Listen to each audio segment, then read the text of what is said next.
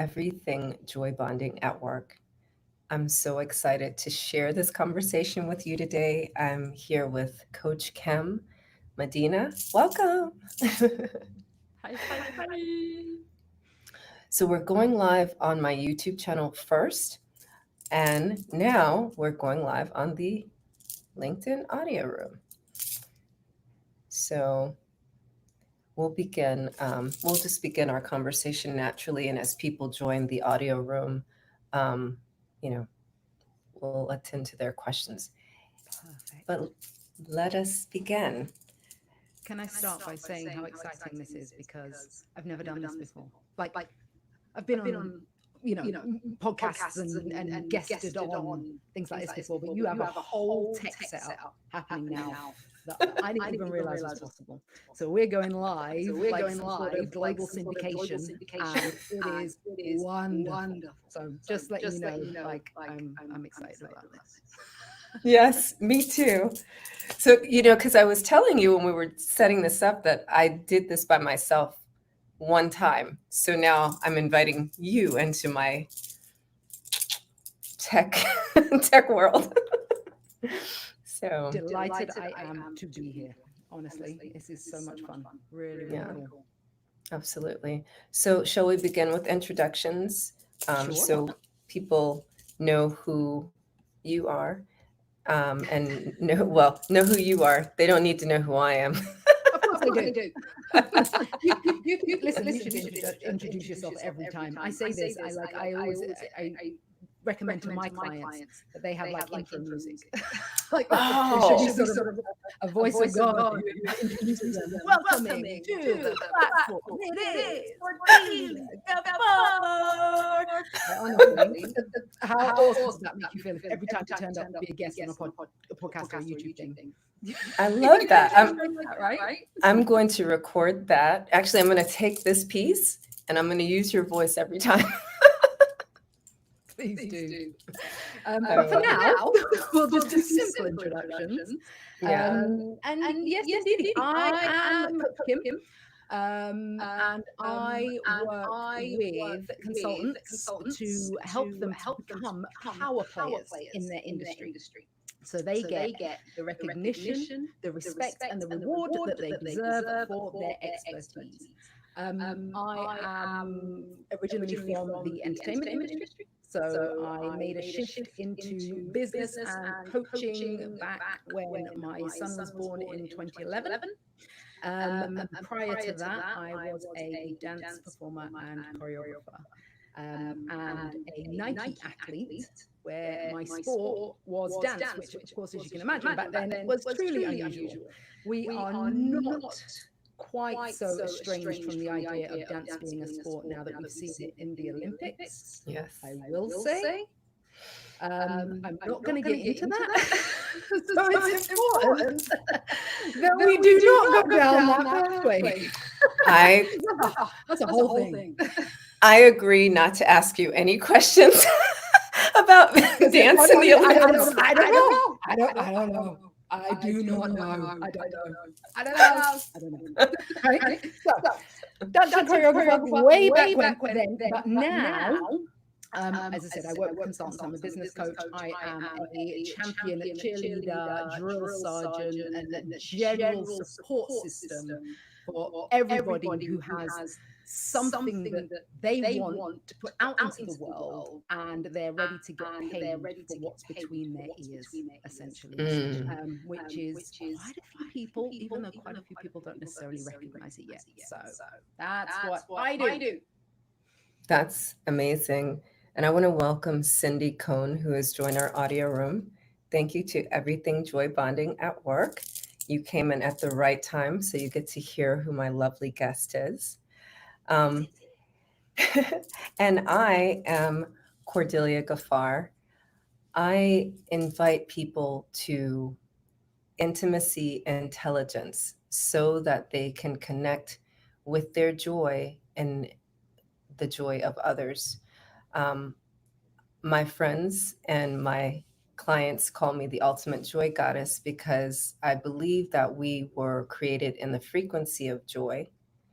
And I'm really, I think that every single experience that we have every day of our life is an opportunity to tune back into that. So, how did I get here? I am a mother of 6 children who I've homeschooled for the past 20 years. So, I got to see how humans develop and and see the joy in their life every single day. And along the way, to take care of myself and to stay in my joy as a mother, I have picked up a few certifications surrounding sports nutrition, somatic dance, not dance like you, holistic healing, and authentic consent most recently. So, this is a little bit different for me. For 9 years, I had a podcast called The Free to Be Show where I had similar conversations, but I feel like it's better to have an open conversation where people can be involved. So instead of a podcast, we get to have this conversation today.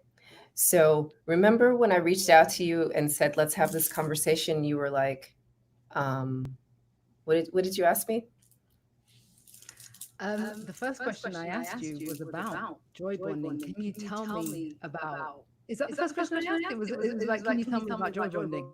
Yeah. Mhm. Yeah. Explain to me. Explain to me what joy bonding is. I said to her, just so I could get it clear in my mind what we were going to be talking about today. And what did you respond? I want you first to tell me what you said. What you responded with. Okay. So do you want to? I'll tell the first response. No, I'll tell the first response.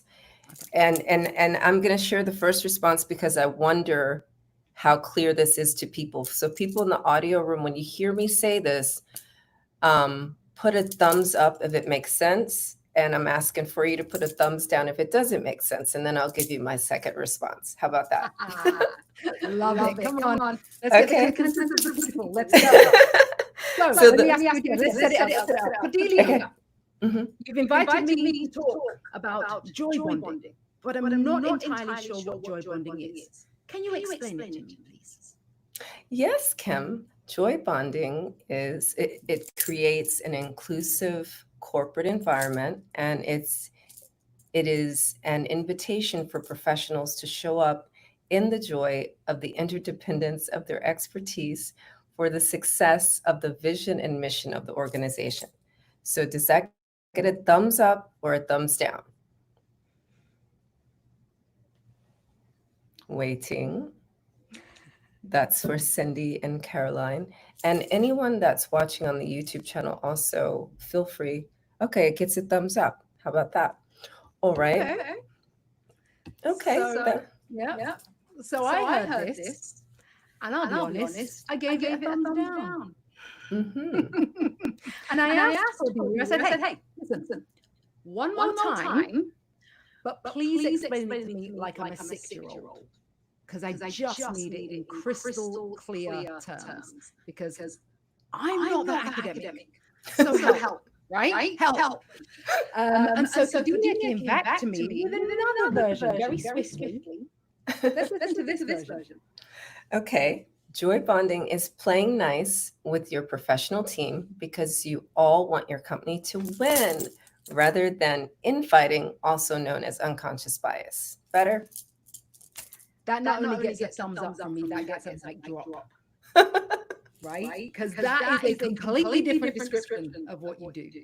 And that was the piece I was like, now I get it. Now I understand it. There are so many nuances just within that. But when we get a little bit wordy with our response, because ultimately, yes, you deserve the wordage, you deserve the word count, indeed you do. But when you get a little bit too wordy, we can get lost in trying to understand, especially for someone like me, what all of those words mean when you put them together.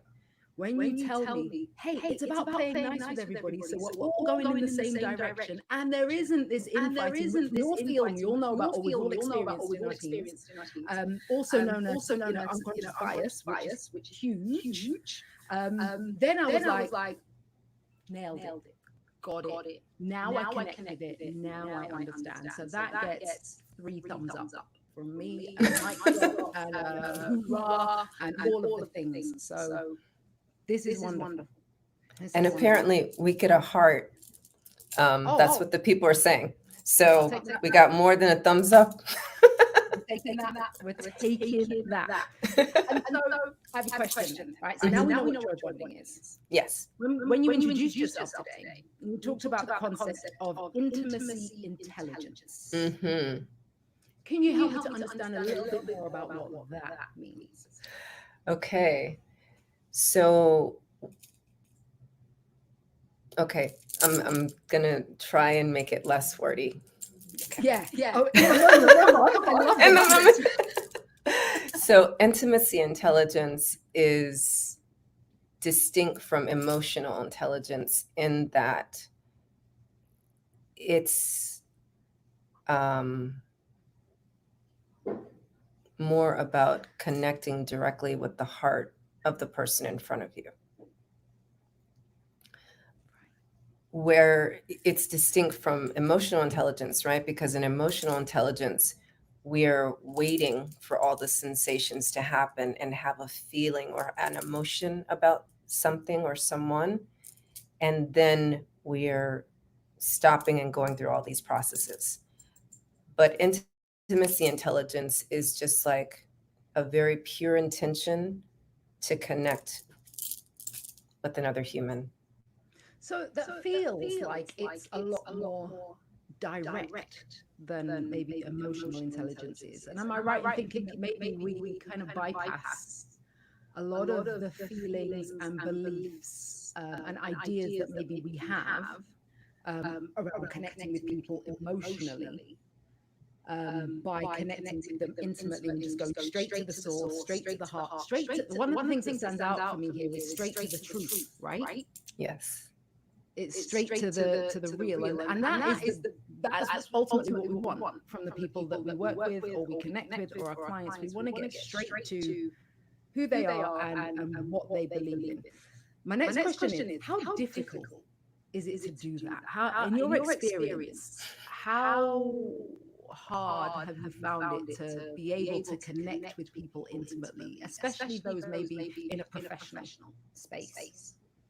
That's a really great question. Actually, I experimented with this last night. I was at a function, and the difficulty that I found, it wasn't from my part, but on the average human's part, is we're not present. So everyone's skipping ahead to the person in front of me has this title. Therefore, if I make this connection with them, then we can create this or I can get that, right? So what my invitation is before you consider the title of the person, just consider like, who's Kimberly, right? Because like when I first met you, there was you were presenting to my mastermind, and it was like there's a real opportunity for fangirl moment, right? And or there's another opportunity for like like we make people grandiose in our minds is what I'm saying. And rather than to do that, I was just like, wow, Kim really is giving us a lot of golden nuggets here. I want to connect with her and her message, not what she can do for me, not what we can create together, and what can we get. And so when we can do that at work, we're not people pleasing. We're not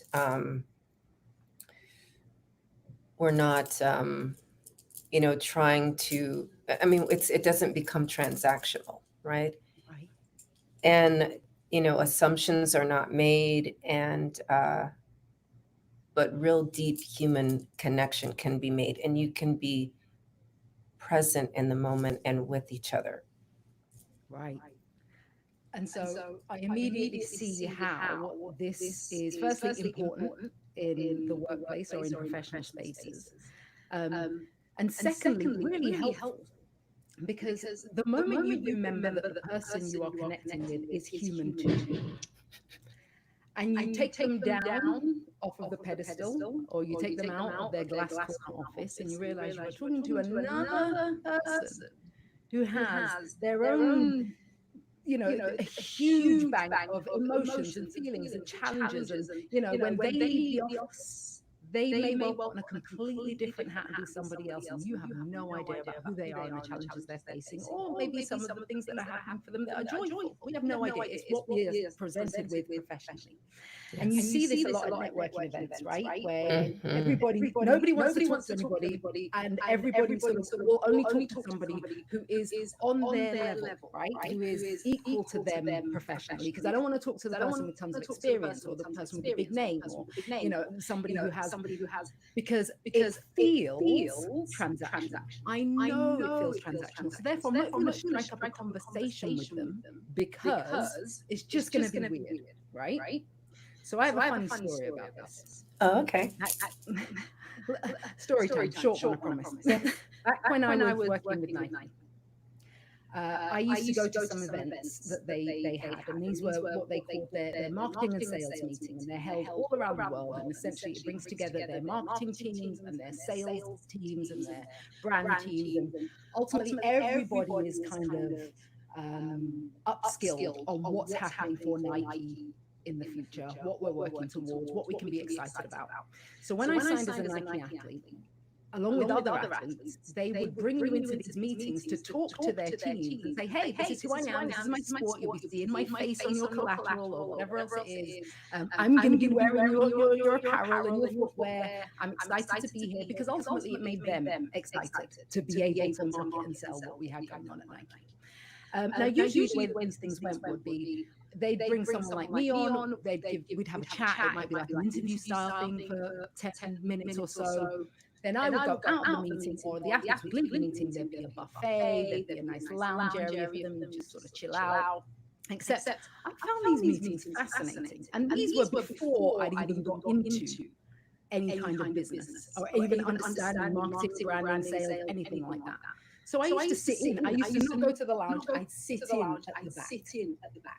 And so I was sitting in the back at one of these meetings, and I was very aware that the CEO at the time of Nike, he was going to be at this meeting. I'd never met him before. I knew his name, but I didn't actually know what he looked like. And at the time, we're sort of talking 2005, so I hadn't looked him up necessarily. It wasn't as easy as a quick Google to find a picture of him. I probably could have done, but I just didn't, right? I didn't, because I was like, I'm probably not going to get to meet him. He's going to be a million miles away. So I'm sat at the back of the sales room, and I look over at the buffet table in the room behind, and there's a guy sat at the buffet table just kind of looking at things. And I was like, who's that? And I thought, all right, well, this is about to finish. There's going to be a mad rush at the buffet table. He's got the right idea. I'm going to get sandwiched before everybody else jumps in. So here we go. Go to the table, and we see this guy, and he's like, oh, hey, Kim. And I'm like, oh, hi, guy. He has no idea who this is, right? And he's like, I love your commercial. I love it so much that I have it playing on loop in my office. And I'm like, oh, wow, fantastic. And I said, you're a HQ, right? You're global. And he's like, yeah. Now, at the time, then, I see my manager at Nike come in the background. So I'm looking over his shoulder at her, and she's jumping up and down, and she's waving, and she's going, that's Mark Parker. That's Mark. He's the CEO, right? I don't see her at the time.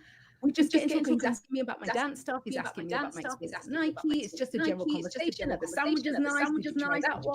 Eventually, I catch her eye and realize who I'm talking to. And of course, the immediate thing at that point is, oh my. And he saw my reaction.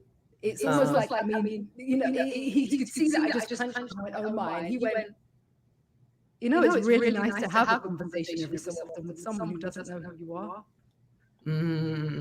He said it was one of the most genuine conversations I've had this year. It was so nice to just sit and talk to you. He said, everything you're doing with us is wonderful.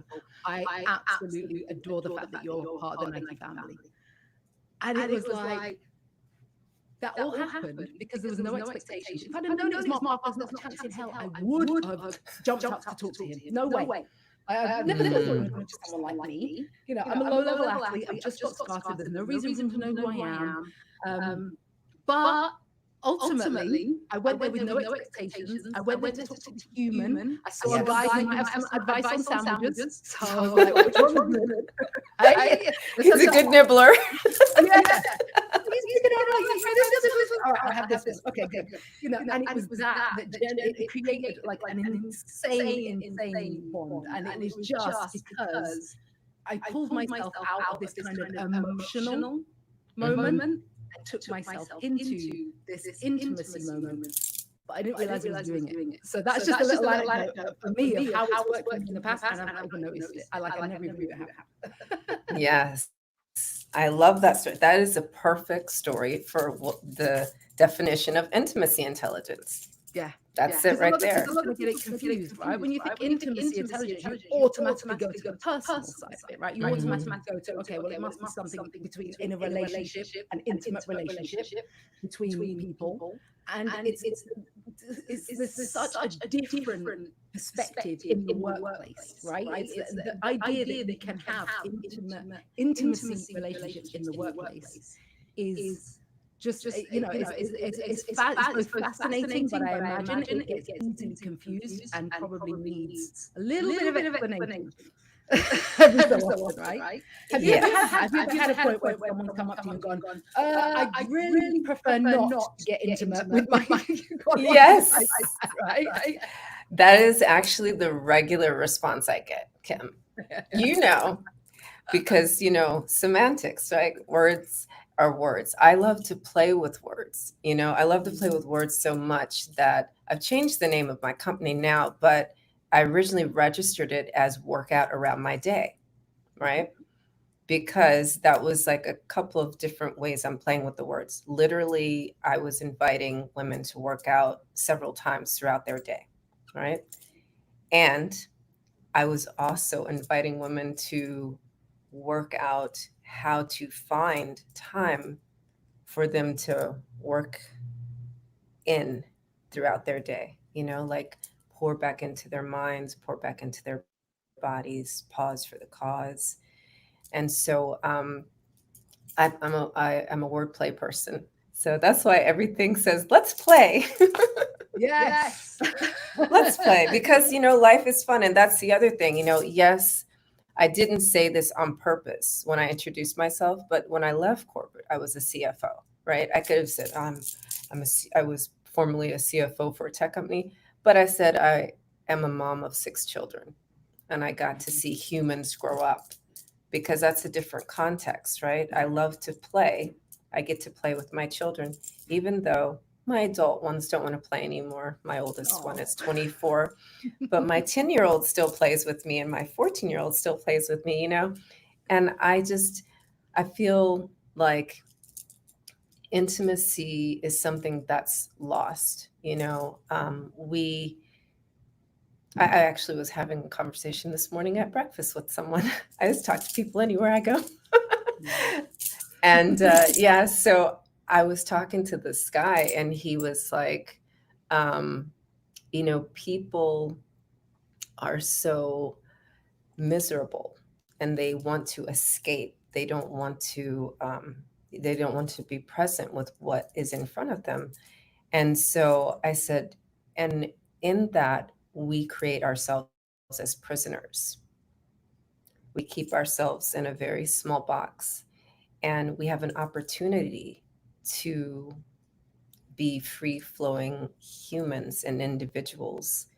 And so that's what I'm saying when I say joy bonding, right? Because now we're taking it from the intimacy intelligence of connecting straight heart to heart to now we get to create bonds, like you created a bond with Mark in your story.